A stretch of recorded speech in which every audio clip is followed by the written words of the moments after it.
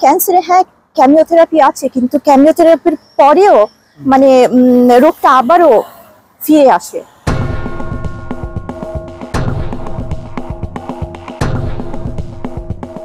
আমার নাম জুয়াইরিয়া উদ্দিন দেখা।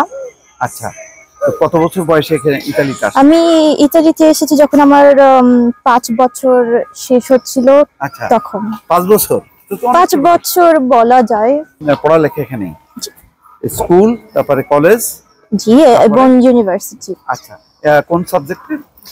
ইউনিভার্সিটি আমার অনার্স পাশ করেছি বায়োটেকনোলজি অফ হেলথ, মাস্টার্স পাশ করেছি মেডিকেল বায়োটেকনোলজির উপরে। এখানে যে পড়াশোনার উপরে জি, এখানে কর্মক্ষেত্রটা কি হবে? এই সাইড নিয়েছি কারণ আমি রিসার্চের দিকে ঢুকতে চাই কারণ মানুষের অসুখ খুবই একটা মিস্টেরিয়াস কিছু একটা। মানুষের যে দেহের যে নানা রকম যে মানে অসুখ, এগুলির এখনো কোনো সলিউশন মানে পুরোপুরি আসেনি। যেমন মনে করুন ক্যান্সারের উপরে আমি কাজ করছি এখন।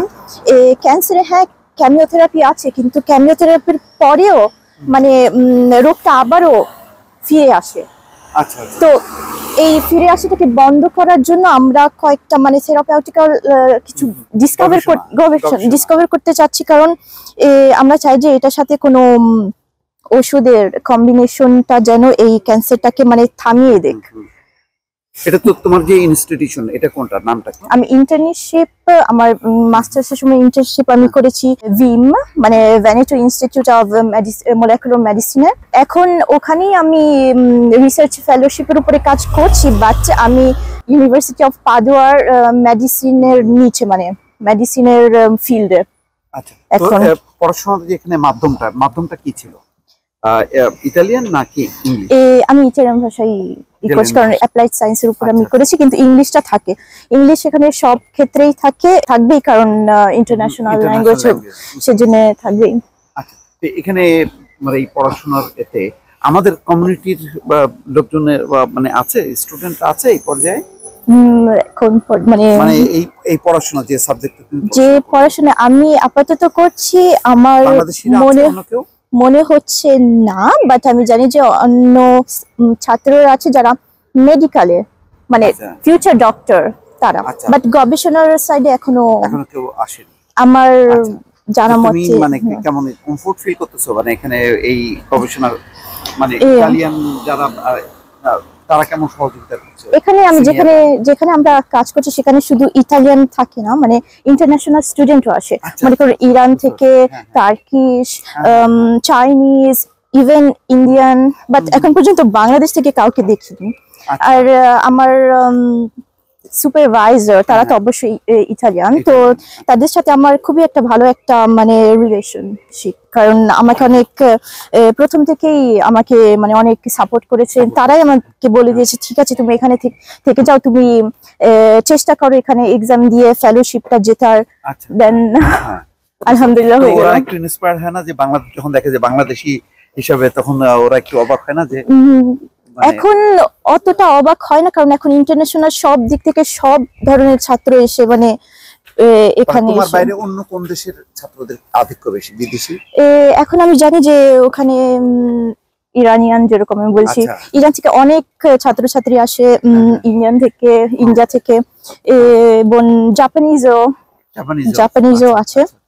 তো অন্য গ্রুপের, কারণ আমার গ্রুপে আমি আর আরেকজন ইরানিয়ান ছাত্র আর ইতালিয়ান সব। আচ্ছা, এমনি ধরো তুমি তো এখানে তোমার ভবিষ্যৎ এটা কি, এইমটা কি, এই গবেষণা শেষ করে তুমি কি করবা? গবেষণা তো কখনোই শেষ হয় না, কারণ এটা মানে থেকেই যায়। মানে যারা রিসার্চ করে তারা একাডেমিক্যালি ঢোকে, এক সাইডে তাদের রিসার্চ থাকে, আরেক সাইড থেকে তারা মানে টিচিং এর করে ইউনিভার্সিটিতে। মানে তুমি কি মানে ভবিষ্যতে এটা মানে তোমার পেশা হিসেবে তুমি কি করবা?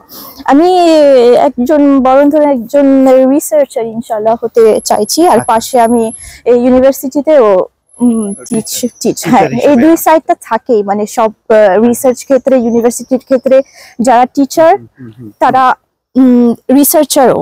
আচ্ছা আচ্ছা আচ্ছা, বুঝতে পারছি। মানে তার মানে তুমি তোমার একজনের গবেষক শিক্ষক এই পেশা হিসেবে তুমি সামনে এগোতে চাও। তো একটা প্রশ্ন স্বাভাবিকভাবেই, যে যেহেতু তোমার রুটটা বাংলাদেশ, বাংলাদেশের ব্যাপারে তোমার কি চিন্তা ভাবনা আছে? কি করতে চাও বাংলাদেশে নিয়ে? কখনো কি চিন্তা ভাবনা? আমার সবসময় বাংলাদেশের জন্য চিন্তা থাকে অবশ্যই। এ একটা মানে খুবই স্যাড মানে দুঃখ ও একটা জিনিস হচ্ছে যে আমার সাবজেক্টটা বাংলাদেশের অত বেশি ভালো ফিউচার নেই, কারণ ওখানে ইনস্ট্রুমেন্ট বাকি, রাইট। মানে এখানে মানে ইনোভেশনের কিছুই নেই বলতে। এটা খুবই একটা মানে হার্টফুল। বুঝতে পারছি। তো ধরো তুমি যে ফিল্ড নিয়ে মানে গবেষণা করছো, পড়াশোনা করছো, এই ফিল্ডটা বাংলাদেশে যদি থাকতো তাহলে ভালো হতো? মানে অনেক ভালো হতো। কিরকম তাহলে কি হতো?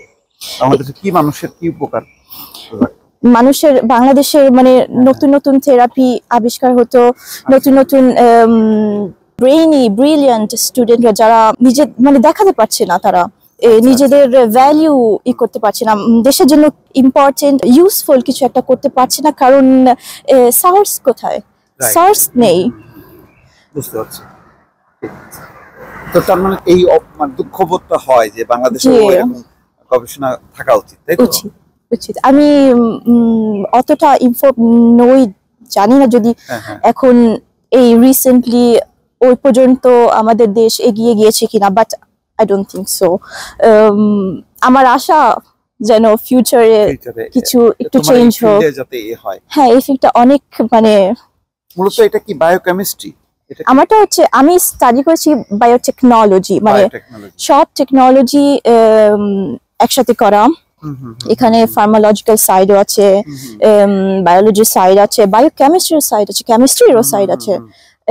বাট আমি এখন কি নিয়ে কাজ করছি? অঙ্কো হেমাটোলজি নিয়ে, মানে ব্লাড ক্যান্সারের উপরে। ক্যান্সারের এই গবেষণাটা বেশি দরকার। এখন বাংলাদেশেও কিন্তু ক্যান্সার একেবারে শহর থেকে শুরু করে গ্রাম পর্যন্ত জি। ছড়া গেছে, তাই না? ফলে এটার উপরে গবেষণাটা বাংলাদেশেও খুবই জরুরি, জি, উন্নত দেশের।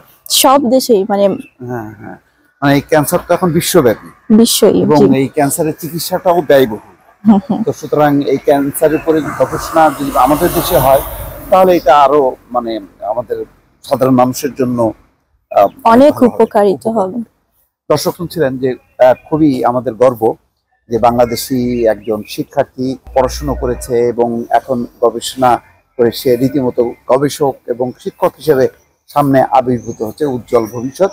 তো আমরা যেটা দেখি যে ইউরোপ আমেরিকার বা উন্নত দেশগুলোতে সাধারণ লেভেলে আমাদের অনেক মানুষজনের, কিন্তু উপর লেভেলে হায়ার লেভেলে আমরা খুব একটা দেখি না, যেটা সেই জায়গাটা ভারতীয়রা, পাকিস্তানিরা বা এশিয়ার অন্যান্য উন্নত দেশ যেভাবে এগিয়ে এসছে, সেই ক্ষেত্রে বলা যায় যে আমাদের বাংলাদেশের একেবারেই তরুণী যে গবেষক শিক্ষক, সে অবশ্যই আমাদের জন্য একটা অনুপ্রেরণা এবং গবেষণা, এবং এই ধরনের যত অংশগ্রহণ হবে সেটা আমাদের জন্য অবশ্যই গর্বের হবে। এবং একই সঙ্গে তারা ভবিষ্যতে নিশ্চয়ই বাংলাদেশ নিয়ে যেহেতু চিন্তা করে, সুতরাং বাংলাদেশে তাদের এই যে গবেষণা, তাদের চিন্তা, এইগুলো ছড়িয়ে পড়বে এবং এই প্রবাসী বাংলাদেশি যারা উন্নত গবেষণার কাজে আছে, উন্নত অবস্থানে আছে, তারাই আসলে শেষ পর্যন্ত বাংলাদেশের উন্নয়ন, গবেষণা এবং অগ্রগতিতে অবদান রাখবে। দর্শক, এই প্রত্যাশা রেখে শেষ করছি। ভালো থাকবেন।